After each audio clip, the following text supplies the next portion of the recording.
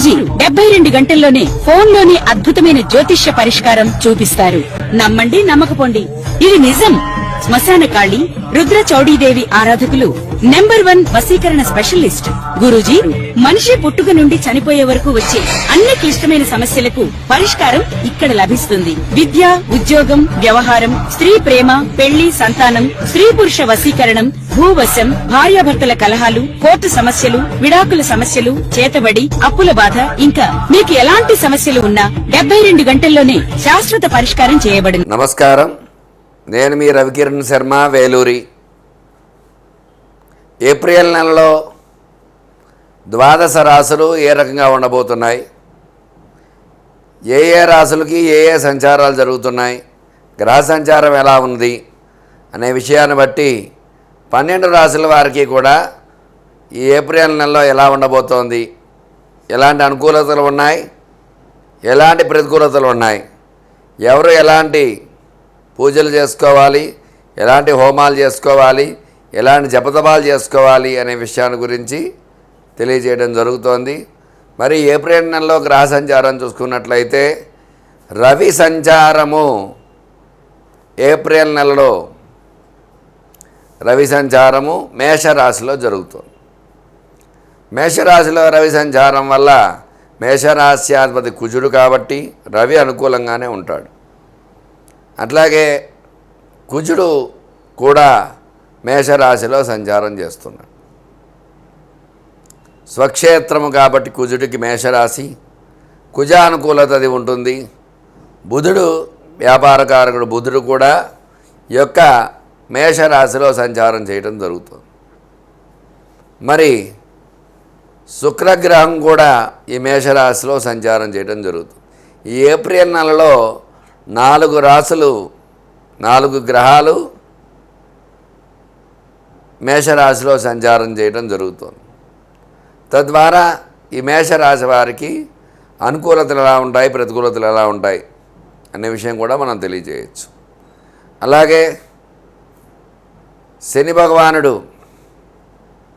మీనంలో సంచారం చేస్తున్నాడు. మరి రాహు మకరంలోకి సంచారం చేస్తున్నాడు. గురుడు కర్కాటకంలో సంచారం చేస్తున్నాడు మే వరకు కూడా. మరి ఈ రకంగా ఈ నవగ్రహ స్థితిగతులను బట్టే మానవుడి యొక్క జీవితం అనేది ఏర్పడుతుంది. ఈ నవగ్రహాలు పరిపాలించే పరిపాలనా విధానాన్ని బట్టే మనకి ఏ రకంగా ఉండబోతోంది, ఏ రాశి వారికి ఏ ఫలితాలు జరుగుతాయి అనే విషయం క్షుణ్ణంగా చెప్పగలుగుతాం. అయితే ఈ సంవత్సరము పరాభవ నామ సంవత్సరం. పరా అంటే సాధించడానికి వీలైనటువంటిది అని కూడా చెప్పబడుతుంది జరిగింది. అంటే దేన్నైనా సరే సాధించగల స్థితిని పొందగలిగే సంవత్సరము. భవ అంటే స్థితి, ఓర్పు, సహనము ఉంటే ఈ సంవత్సరం ఏదైనా సాధించవచ్చు అని అర్థం. అందువల్ల కష్టం వచ్చిందని అసహనం చెందకుండా, సంతోషం వచ్చిందని ఆనందపడకుండా, సౌమ్యంగా భగవత్ ఆరాధన ఎవరైతే చేసుకుంటూ ఉంటారో వాళ్ళందరికీ కూడా ఖచ్చితంగా దైవానుగ్రహం కలిగి ప్రతికూల ఫలితాలు ఉన్నప్పటికీ కూడా భగవత్ అనుగ్రహం ఉంటే ఖచ్చితంగా ఎలాంటి ఇబ్బందులు లేకుండా సౌమ్యంగా వెళ్ళడం అనేది జరుగుతుంది. అందువల్ల ఈ యొక్క రాసుల వారందరికీ కూడా ద్వాదశ రాసుల్లో సంచార స్థితిగతులను బట్టి ఏ రకంగా ఉండబోతోంది, ఎలాంటి పూజలు హోమాలు చేసుకోవాలి, ఎలాంటి అనుగ్రహం ఉంటుంది అనే విషయాన్ని మీకు వివరంగా తెలియజేయడం జరుగుతుంది. నమస్కారం. మీనరాశి వారికి ఏప్రిల్ నెల ఏ రకంగా ఉండబోతోంది, ఎలాంటి అనుకూలతలు ఉన్నాయి, ఎలాంటి ప్రతికూలతలు ఉన్నాయనే విషయాన్ని గురించి చెప్పడం జరుగుతోంది. మీనరాశి వారికి ఈ ఏప్రిల్ నెల గడ్డుకాలంగా చెప్పవచ్చు. ఇబ్బందులు పడే అవకాశం ఉన్నాయి. శని ప్రభావం అధికంగా ఉంది. తద్వారా ఏళ్ళనాటి శని ప్రభావం అధికంగా ఉండడం వల్ల ఇబ్బందులు పడే అవకాశాలు ఉన్నాయి. వీళ్ళు ఏ రంగంలో అడుగు పెట్టినప్పటికీ కూడా వెనకడుగు వేస్తూ ఉంటారు. వ్యాపారం అంతంత మాత్రంగా నడుస్తుంది. రుణ బాధలు పెరిగిపోతాయి. ఉద్యోగ ప్రయత్నం చేసేవారికి ఉద్యోగంలో ప్రయత్నాలు అనుకూలించవు.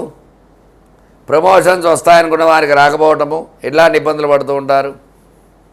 అలాగే విద్యార్థులకు జ్ఞాపశక్తి మందగించడము, సరిగ్గా చదవలేకపోవడం, ఇట్లాంటి ఇబ్బందులు ఉంటాయి.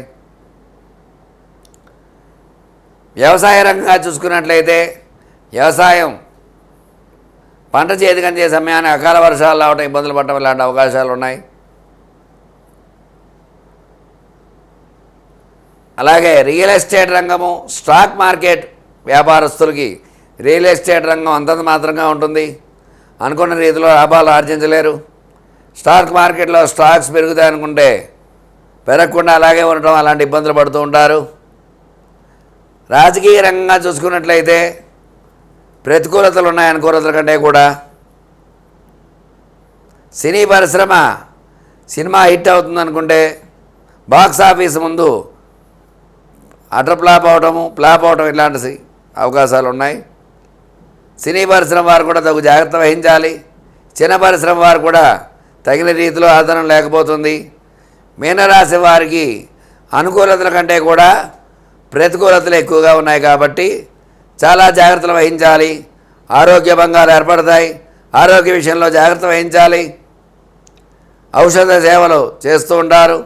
భార్యాభర్తల మధ్య అన్యోన్యం లేకపోవటము, సరైన అవగాహన లేకపోవటము, వివాహ ప్రయత్నాలు సఫలీకృతం కాకపోవటము, సంతాన ప్రయత్నాలు సఫలీకృతం కాకపోవటము, ఇట్లా అనేక రకాల ఇబ్బందులు పడవలసి వస్తుంది.